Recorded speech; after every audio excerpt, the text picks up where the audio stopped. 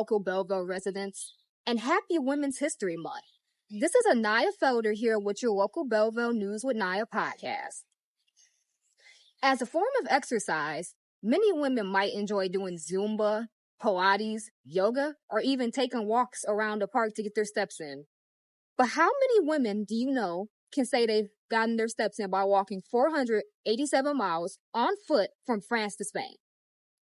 Not many, but this woman and local Belleville resident, Anne Dubin, can. A year ago, you might remember me writing this story about Deanne's journey from France to Spain here at Crafted Binnery.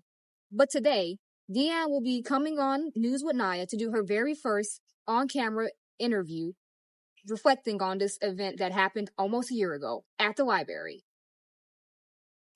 But this journey this international teacher took, starting on September 29th and ending on October 31st, lasting exactly 37 days, actually has a name.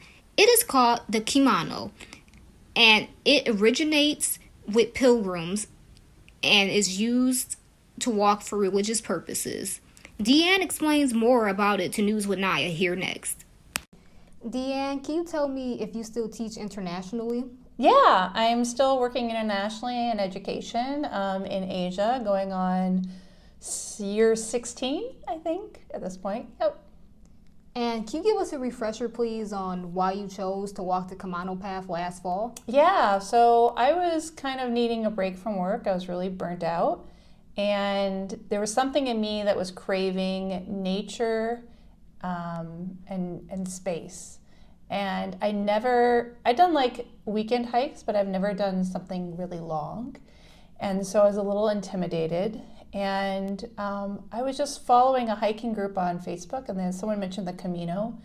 And I researched it, and it seemed very user-friendly for a first long-distance hike. And I just committed to it. Can you please explain to us how the Camino path works? Yeah, so before you begin, what you have to do is go to a pilgrim's office and get what's called a pilgrim's passport. Every stop along the way, a restaurant or a cafe or your albergue, which is a hostel where you stay, they'll stamp your passport. So it's proof that you actually were walking it. And then when you get to the end, you take it to the pilgrim office there and you get your certificate for completing the distance that you walked. You pass through several villages. They're very, very small. Because this is such a popular route, there's a lot of places to stay. A lot of places don't take reservations. It's first come, first serve. There's apps that tell you, the distance between villages and what resources are there. What all did you have to pack for your 37-day journey? I did some research on that because I know that I didn't want to carry a lot of weight. But I had one set of clothing, I had one set of pajamas, I had rain gear like big poncho and rain cover pants, basic toiletries, some medicine, some first aid, but I'm not in the middle of nowhere, so I knew if I needed something, I could always get it, like Band-Aids and stuff like that. What was the culture like in France and Spain? Oh, it was great. You instantaneously just have friends. Like, there's people I met at the very beginning, and then 30 days later, I saw them again at the end. Like, they were old friends of mine. So there's definitely a community among the hikers. How would you say your journey on the Camino began and ended? So I started in France, east of the Pyrenees Mountains, and the city has such energy because it's where so many pilgrims begin their walk. Then each day you're walking, 11 miles, 12 miles, sometimes, even more. And so you get into a rhythm and a pattern, and it just becomes your day. So the energy shifts from this bursting of energy to just a steady kind of pace. The last walk into Santiago, the path, there's a bagpiper playing in the middle of the forest, and it almost felt like we were on a parade. And what were some keepsakes you brought back from the trip? So one of the symbols of the Camino is the clamshell. It was used a lot back in the day as kind of a keepsake. Also, it was used for eating because you can use it like a spoon. People used it as a cup. It was a commodity originally during the medieval times.